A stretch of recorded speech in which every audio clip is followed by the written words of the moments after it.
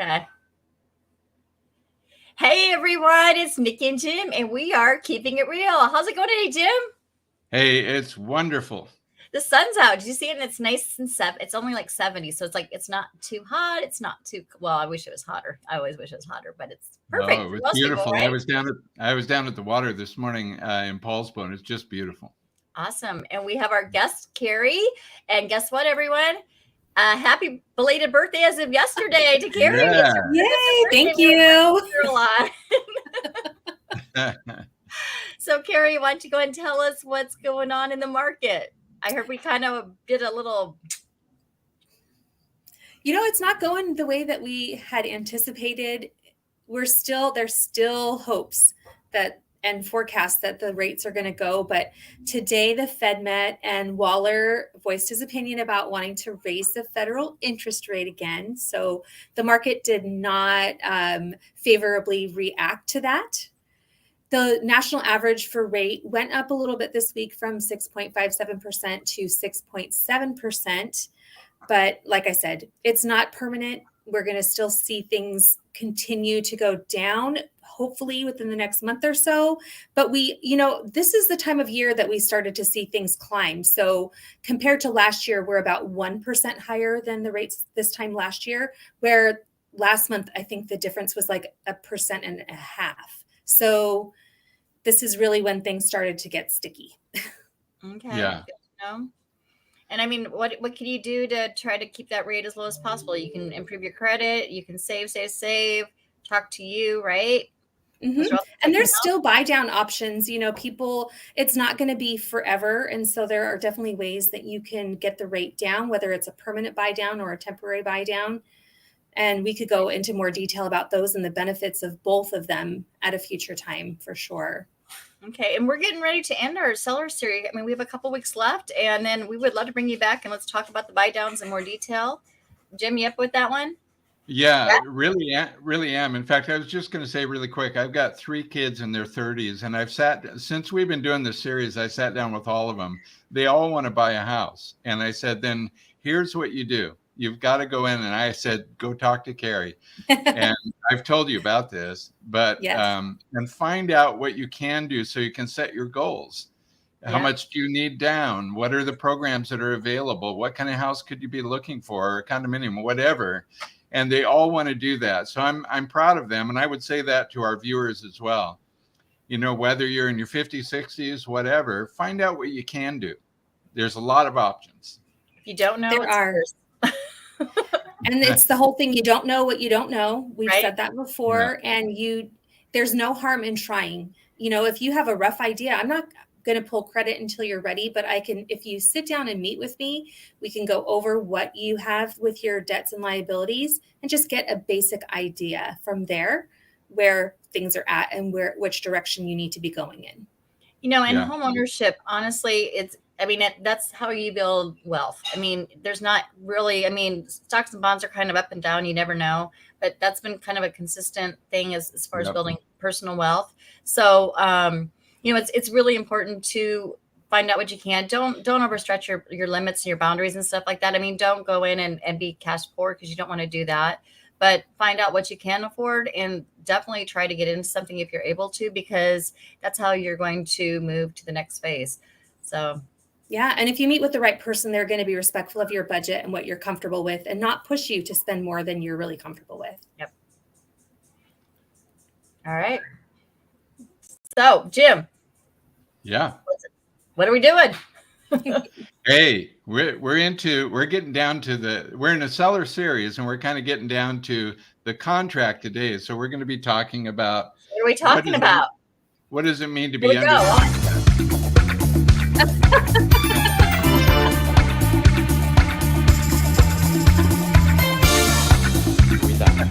it.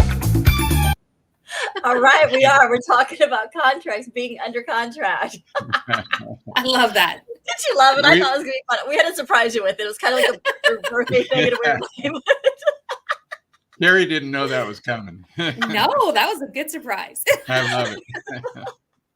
So we are talking contracts today, right, Jim? Exactly. So we've been through the series. I mean, we've talked about marking your house and getting it set up and all this stuff. And we talked about, showings last week and, getting multiple offers in or getting an offer in and setting how those offers are going to look for the seller, what they wanted. But today we're talking about being under contract. And what does that mean? Jim, can you read that? Go ahead. It's real small on my screen, so go ahead. I don't even know if I can. But being under contract pretty much means that you are in a legally binding contract. And that means that you have a willing buyer and a willing seller, and that they have signed on the dotted line saying this is what the terms and conditions of the contract are going to be. And that is an executed contract, or under contract, I should say. You're executing it. So you're making it work. So that's kind of what we're talking about today. So we're going to talk about, Jim had a little story he wanted to share. So I'm going to go ahead and remove this. And you guys and Jim can tell us the story for the day about how that looks for him. Yeah, I had a situation a number of years ago where I was buying a house.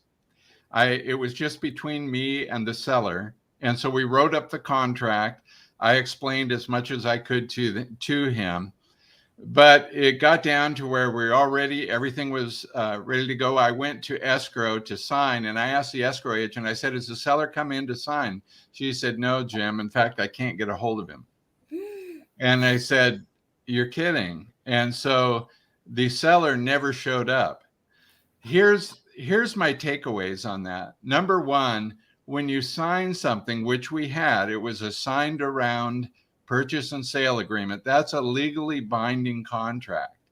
So number one, it's a legally binding contract. Number two, one of my takeaways would be, it probably would have been very good for him to have an agent. That's why I think it's good to have an agent rather than selling your house by yourself, because they could have gone through step by step what everything meant in the purchase and sale agreement, all the contingencies. It wasn't tricky. It was a very straightforward thing. But because he didn't understand it, I think he froze at some point. And so my second takeaway is that it would have been helpful to have an agent to go through that and to really understand. And we're going to go through some of that today to really understand the contract. Number three is, well, what did I do? Well, I didn't. And the reason I'm saying this, because I did a little Facebook Live today, and I kind of put a teaser on there telling people I was going to go over this. I didn't pursue it because I understood some of it, and I'm not really someone that would want to sue people. But the thing I would say, what do? Is you contact an attorney. We're not attorneys. And so any part in the contract that you're not, familiar with, or you're really worried about, is always that option. But agents aren't attorneys, and Carrie's not an attorney. So, but anyway, it's a legal binding contract. It's helpful to have an agent go through and explain everything, the contingencies, and we'll get into that in a minute. Mm-hmm. Okay. So, yeah, I mean, you can get in a lot of legal trouble if you do not follow the contract. And so, that's and the other thing is too, is each county is different. Each state is different. I mean, I can't advise anybody in like California, for instance, and, vice versa.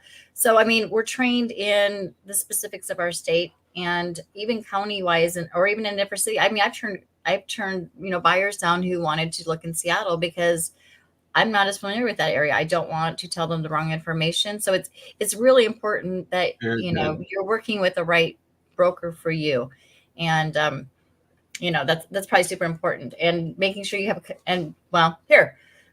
this is what can help make a smooth transaction is communication. That's probably again, we keep saying that over and over. It's like, ask those questions. If you don't understand if your broker gives you something and maybe they didn't sit down, they were running out of time and they didn't sit down and ask you specific things. I just had a friend who called me, or, somebody, and they were like, "I'm not sure about this. What did your broker say?" Well, I haven't talked to my broker yet. You need to go back through and talk to your broker. I can kind of give you the gist of it. Talk you through a little bit, but you need to go back to that broker and get the very, very specifics and how that it's going to affect your contract, because that's really what it comes down to, is that contract is what we all have to follow step by step by step to make sure everything is legally met for this contract to be executed. So it's super, super important to make sure that, you're communicating and asking the questions, and it's no question stupid. I mean, it's super important to ask those questions. Yeah. I think a really good communication too, before, like even on the contract, is so we're talking about sellers right now. So if we're representing a seller, to go over the contract when it was given to them by the buyer and buyer's agent, but to go over there and make sure, is everything doable on this? I mean, are they wanting a 30-day closing, but they have to sell their house, or they're asking for all kinds of inspections? Is this all doable? So there's really good communication there. The other thing, and Niki, you could go in, is the importance of a team and the communication, like Carrie. Right. So, I mean, like I think I've mentioned before, one of the things I do as a listing broker is I actually call the lender just to make sure, do you guys foresee any glitches coming up? I mean, is there anything that we need to know? And Carrie, I'm sure that you get calls all the time by brokers on both sides of it. How is this person doing and stuff like that? I mean, you can't give specifics, I know, but you can kind of give a general, we should be good to go. There's, we might need to work on this a little bit or whatever, right? Right. And if I've done my job correctly, it should be smooth sailing. Otherwise, I wouldn't have written a pre-approval letter. Right. To even go out there and start shopping. So, which is way different than a pre-qualification letter, because that means that you haven't really looked at it, right? Exactly. So, and then working with your title and escrow people, and this comes kind of down to timelines too, and it's keeping really organized. And when with each contract, there's certain things that you have to follow according to like the process. So, for instance, like when you first sign your contract, you've got typically it's about 2 days to respond for an expiration date. So that's kind of like your first timeline you have to hit. So if you want to accept that offer, there's a timeline on there that tells you need to accept it by this date, or that contract's not really there anymore. So, and then your next one might be like, oh yeah, I'm expecting the earnest money as a seller. I'm expecting the earnest money, and the earnest money is not here. You have the option at that point to walk away and to, possibly get that earnest money because that person didn't do that. Or, I mean, a lot of times you can't because it's not there, but at least you know that the contract's void and you can put it back on the market. So there's a lot of timelines, and that's really, I mean, hopefully your broker's kind of walking you through that and kind of like, this is the step-by-step process. And I know I do timelines for my clients just because it keeps us all on the same page and we can see everything. And it, I've heard it's very helpful for them because they know exactly this is what's coming up at you next. This is what's next. Some of them are changed because, like, for instance, when we get into inspections a little bit next week, you have, if the inspection might be done a day or two earlier than what it's called for. So you might have to, that date gets pushed up a little bit, but it's still a timeline. Like, it has to be done before this date and you have to respond within, 2 days after this, or, whatever, or they have to get their stuff done before the end of the month. So there's always different dates that you really have to be aware of. And it's just communicating and keeping, on top of what's happening throughout the whole process of what's going on. And your broker should be guiding you.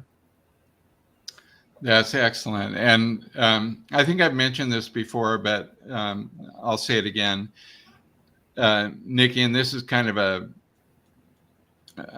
plug for Niki, but I mean it because she, I actually mean this, because when I bought a house from her, every day I had reminders and the communication was exquisite. And actually I've learned everything from her. And but the communication was just exquisite, and I so appreciated that. I've been in business my whole life. Communication to me is one of the top things in any business, is to communicate with your clients. And so I really, really appreciate that, and I think it's essential. And so she has a checklist of everything that we're going to need to know, which is when you have to respond by, in 2 days or 3 days, or is that inspection going correctly? Is the appraisal on time? Is it, all of the things. And so it's really about, to me, having a great agent who's on top of it.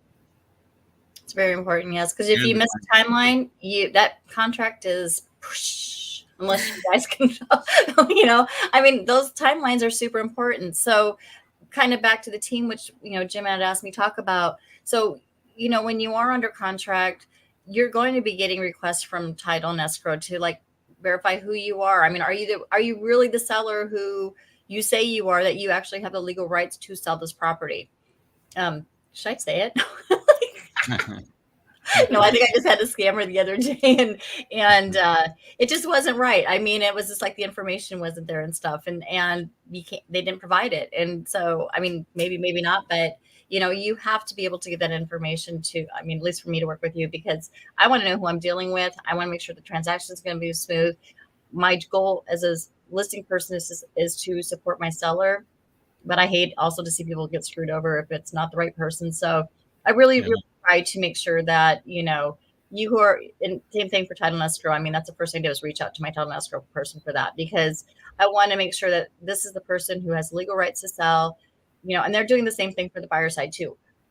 Does this person have any, liens against them or anything that's going to stop this transaction? And they're checking out the property and all that good stuff. So it's really important to respond in a very timely manner, because as they say in like court, right? It's like times of essence, right? You don't have time to miss a deadline. You need to be on time for those deadlines. So those are probably even on my end, if they're not keeping on their timeline and things are behind, then it's going to delay closing when you really look at things. So if you are motivated, make sure you're ready to meet those deadlines. But it's great to have communicators like you, because not everybody does that.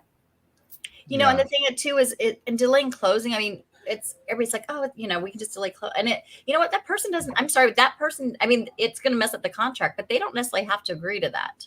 I mean, either party could do it, and they're most likely going to get the earnest money because the other side's not fulfilling their obligation. Mm-hmm. You have to get an attorney probably involved to verify all that and to check it out and stuff. But, I mean, if it comes down to it, that could be really what your right is. So it's important to, understand once you sign that contract at the very, very beginning, when you look through all the different offers you got in. And once you sign on that dotted line, though, that means you are in a legally binding contract. And that suing part, it can go both ways. So, your job as the seller or as a buyer on the other side of it is to really make sure that you are following the timelines, you are doing what's asked of you in that contract, and that you understand the contract enough to understand what you're doing in that contract. And we're here to kind of guide and assist and kind of make sure everything goes as smoothly as possible. So thank you, Jim, for your story. It was very informative. You should have had a broker too, just so you know. Yes, that's true. That's true.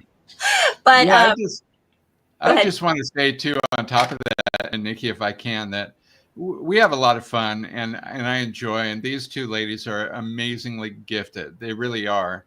But we're very, very serious about this process, that we don't want this to follow through for any reason at all. So we're very, very particular about, timelines and that type of thing, very professional in getting this to the finish line, if you're a seller. So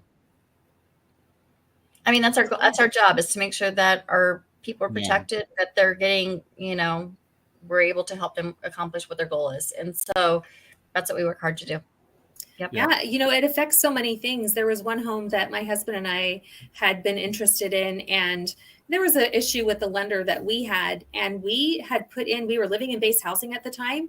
And we had submitted our paperwork saying we are no longer going to be in the home. And we had to go back, and thank goodness they allowed us to stay in our home, because most other places will be like, no, we've already put somebody in that place, and you need to go and find your own way. And so there's so many factors that go into it. So it just really, it's not just you that you're affecting, it's an entire group of people. So it's just so important. Contingencies. I mean, a lot of people hesitate about taking them because that very thing could happen. If one person, I mean, usually it's like one person has a contingency on that house and the other one has a contingency on their house. And it gets kind of crazy sometimes. And you're multiple, you're working with not just like a buyer and seller, but you're working with another party on top of that. And it's meeting all, getting all the timelines set up exactly correct, so everything can kind of flow very smoothly. And one little hiccup can kind of change a lot of different situations. So they can be really tricky. So anyway, that's all I got for today. Very good. And Jim, that story triggered, just a thought in my head that you probably wanted to become a better real estate agent because of what you went through. And my bad experience with my lender is why I handle my business the way that I do, is because there was so little communication. And we found out the reason we lost that house was because we didn't sign a letter of explanation about our credit, inquiry on our credit. And it's like, if we would have known that, we would have taken care of it right away. But instead, we were almost left homeless. Exactly. So it motivates me to be better at what I do and just dot all my I's and cross all my T's. Yeah. It's that communication. Yep. Yeah, very good. Really that communication. And, and that's the thing is, I've done several deals with Carrie and stuff like that. And that's one of the reasons I chose, I highly recommend Carrie to pretty much every client I deal with that doesn't have a lender, is talk to Carrie, because I know Carrie will communicate. She will keep us updated. She's going to do, and her heart is always there too. So she cares so much for her clients. And so, anyway. Yeah. That's my plug for Carrie. Well, and it makes me, I give you guys referrals whenever I can too, because when you are in this type of relationship, it really is about trust, because at the heart of what we do is our clients and taking care of them and meeting their needs. And that's both of you have that heart for the clients that you have. So makes it easy to work together. Yeah. All right. That's all I have for today. Jim, unless you got anything else to spring up. No, that's so good. So good. Such good information, you guys. All right, you guys, thank you for joining us. Make sure, I'm keeping it real, Jim and Niki, please make sure that you hit that like, subscribe, or that follow button, depending on which social media platform you're watching, so you don't miss an episode. We appreciate you for watching, and we will see you next week at 1:30. Thanks so much. Bye, everybody. Bye-bye.